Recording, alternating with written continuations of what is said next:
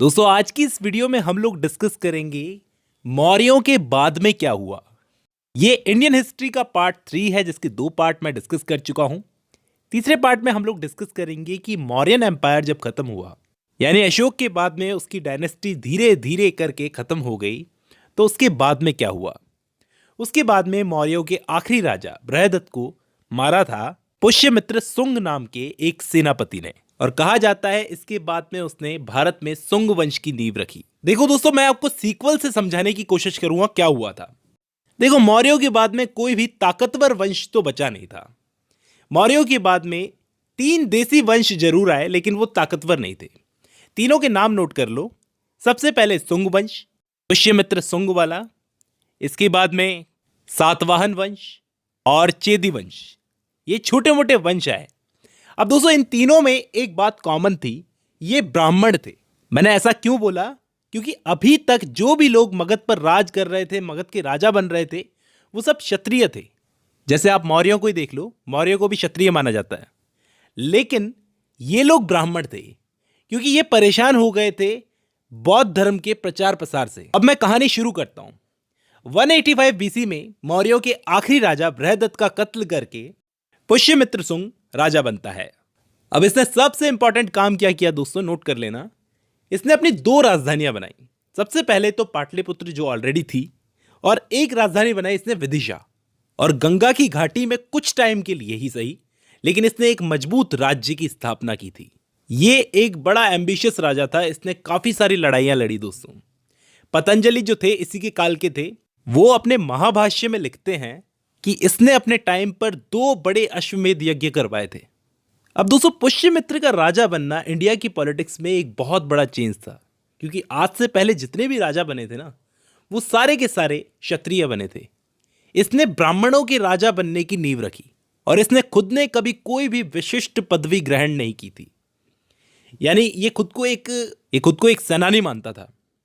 इसने क्या है, अपने राज्य को बहुत छोटे छोटे हिस्सों में बांट दिया था, जिस पर युवराज यानी कि राजा के बेटे राज करते थे। और ये व्यवहार से बहुत निरंकुश टाइप का राजा था।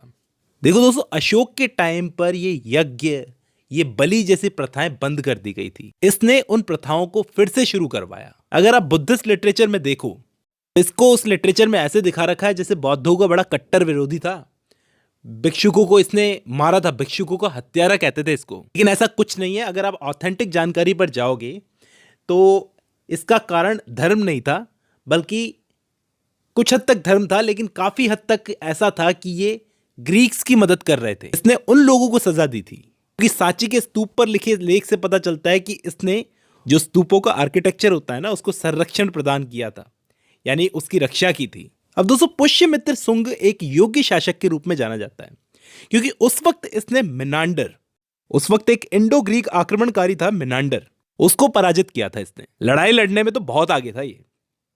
अब क्या हुआ था, पुष्यमित्र सुंग के बाद में इसका बेटा अग्निमित्र शासक बनता है। वैसे तो अग्निमित्र इतना इंपॉर्टेंट नहीं है, लेकिन एक चीज में इंपॉर्टेंट है। कालिदास की एक रचना है मालविका अग्निमित्र। मालविका अग्निमित्र में ये जो अग्निमित्र है, इसका रेफरेंस है। उस वर्क के अंदर क्या है, कालिदास ने मालविका नाम की एक राजकुमारी और अग्निमित्र नाम का एक राजकुमार, दोनों की लव स्टोरी के बारे में बताया। वैसे तो कालिदास बहुत बाद के राइटर थे, लेकिन उन्होंने अग्निमित्र जिसका रेफरेंस दिया है वो यही है दोस्तों, यही अग्निमित्र है। इसलिए यहां पर अग्निमित्र यहां पर कालिदास की वजह से फेमस है। और हमको यह याद रखना है कि अग्निमित्र कौन से वंश का था, सुंग वंश का। कुछ इंपॉर्टेंट चीजें जो सुंग वंश के टाइम पर हुई थी।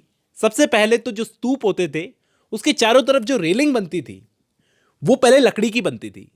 इन्होंने उसको पत्थर की बनवाई। वैष्णव धर्म को फिर से आगे कौन सा वंश लेके आया, सुंग वंश। और ऐसा कहा जाता है कि मनुस्मृति, जिसका आज हम नाम सुनते हैं, उसकी रचना इसी काल में शुरू हुई थी, सुंग वंश के काल में। अब इस वंश का आखिरी राजा था देवभूति। उसकी भी हत्या हो गई थी। जैसे पुष्यमित्र सुंग ने मौर्यों के आखिरी राजा की हत्या कर दी थी, वैसे ही इसके राज्य के आखिरी राजा की हत्या भी कर्ण वंश के वासुदेव ने कर दी थी। तो वासुदेव ने देवभूति की हत्या की और एक नए ब्राह्मण वंश की स्थापना की। अब यह वंश बहुत ही कम टाइम के लिए था, ज्यादा टाइम के लिए था नहीं। आखिरी राजा था सुशर्मा, जो कि शर्माते हुए अपना राज छोड़कर चला गया था। इस वंश को नोट कर लेना दोस्तों, क्योंकि यह भी इन सब के बीच में एक वंश था। इसके बाद में आते हैं सातवाहन। इस वंश की स्थापना की थी शिमुक ने। पॉइंट्स बनाते हुए चलो, इन्हीं के टाइम पे ये वर्ण व्यवस्था ज्यादा पॉपुलर हुई थी दोस्तों।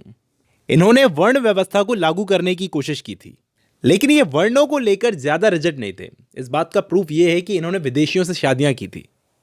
जैसे शक थे ना, शक, उनसे इन्होंने शादियां की थी। वैसे तो इनमें राजा आदमी बनता था, लेकिन इंपॉर्टेंट बात यह है कि इनके टाइम पर महिलाओं का बड़ा रोल था। इनके टाइम पर औरतें पॉलिटिक्स में, प्रशासन में, राजनीति में भाग लेती थी। और इनके टाइम पर औरतों के हाथ में आय के साधन भी थे दोस्तों। पैसे में काफी अच्छी कंडीशन थी इनके टाइम पर। मतलब आप जैसे देख लो, तटीय इलाकों में ही चावल की खेती होती थी इनके टाइम पर, और काली मिट्टी वाले एरिया के अंदर कपास की खेती होती थी। पहाड़ी इलाकों पर मसालों की खेती होती थी। ये व्यापार को बड़ा जोर देते थे। उन्होंने लकड़ी से लेकर लोहे तक का अच्छा यूज किया। लोहे के उद्योग की जानकारी हमें यहाँ के साहित्य से, इस टाइम के साहित्य से मिलती है।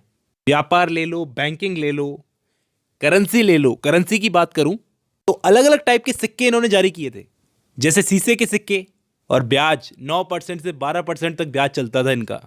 तो इन सब चीजों से हमें क्या पता चलता है, ये लोग व्यापार पे बड़ा बल देते थे। जैसे इन्होंने रोम के साथ में, दक्षिण के साथ में बहुत व्यापार किया। और इनके टाइम पर कौन कौन सी रचनाएं हुई ये भी बता देता हूं। जैसे गाथा सप्तदशी और वृहद कथा, ये दोनों रचनाएं इन्हीं के टाइम पर हुई थी। इन दोनों के अलावा कालतंत्र, जिसको सर्ववर्मन ने लिखा था। उन्होंने ब्राह्मण धर्म को तो बढ़ाया, लेकिन ये बौद्धों और जैनों की भी रिस्पेक्ट करते थे। इन्हीं के टाइम पर चैत्य विहार स्तूप की चित्रकला, स्थापत्य कला, अजंता की चित्रकारी, अमरावती के नागार्जुन कोंडा की मूर्ति कला, इन सब चीजों का विकास इन्हीं के टाइम पर हुआ, सातवाहन वंश के टाइम पर। और इनके टाइम पर नगरीयकरण को बड़ा बढ़ावा मिला दोस्तों। तब बहुत सारे नगर बन रहे थे इनके टाइम पर। अब सवाल ये आता है कि ये सातवाहन थे कहां के।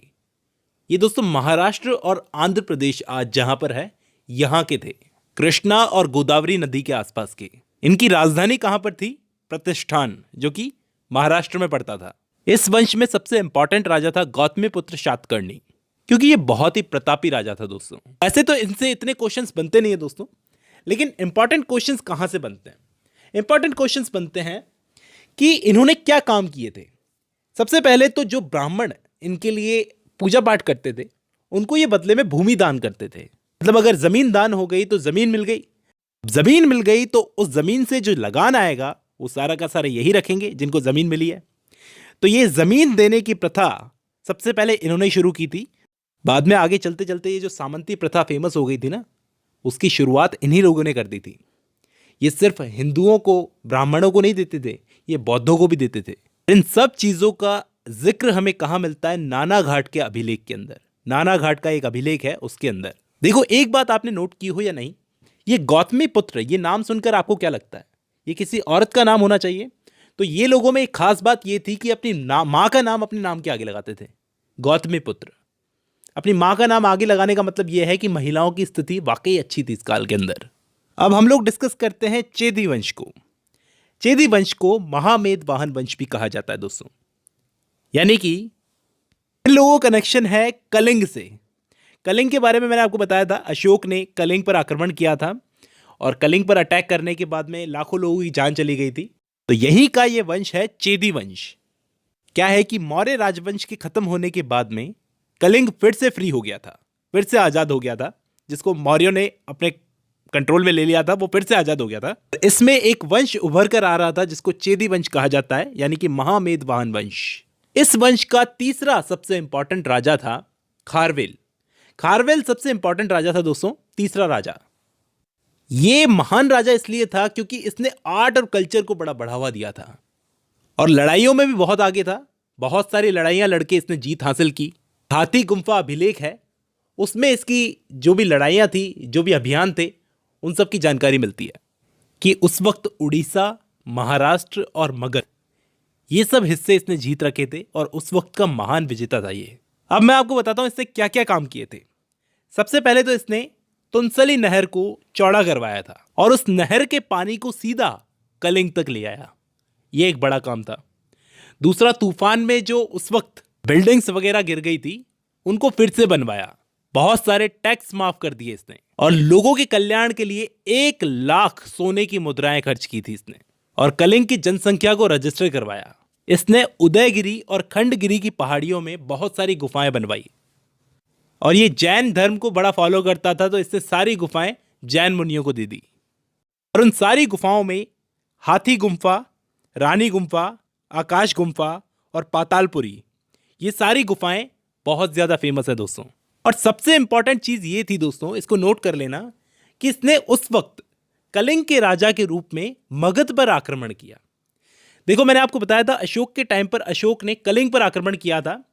अब जब ये राजा बना तो इसने मगध पर आक्रमण किया, और वहां पर जो अशोक के टाइम पर एक मूर्ति इनके यहां से यानी कलिंग से वहां पर ले जाई गई थी, उस मूर्ति को वापस लेकर ये आया। मगध का एक शासक था महापद्मनंद, वो ले गया था इस मूर्ति को, ये उस मूर्ति को वापस लेकर आया, एक जैन मूर्ति को। इसके बारे में मैंने जितनी भी इंफॉर्मेशन दी उतनी ही जरूरी है दोस्तों। ये तो मैंने आपको बताया कि मौर्यों के बाद में जो 3 इंपॉर्टेंट ब्राह्मण वंश थे उनके बारे में। नेक्स्ट वीडियो में हम लोग डिस्कस करेंगे विदेशी राज्यों के बारे में, यानी कि हिंदी यूनानी, जिसे इंडो ग्रीक बोलते हैं हम लोग। अब मैं उम्मीद करता हूं आज की वीडियो आपको पसंद आई होगी। आज की इस वीडियो में बस इतना ही।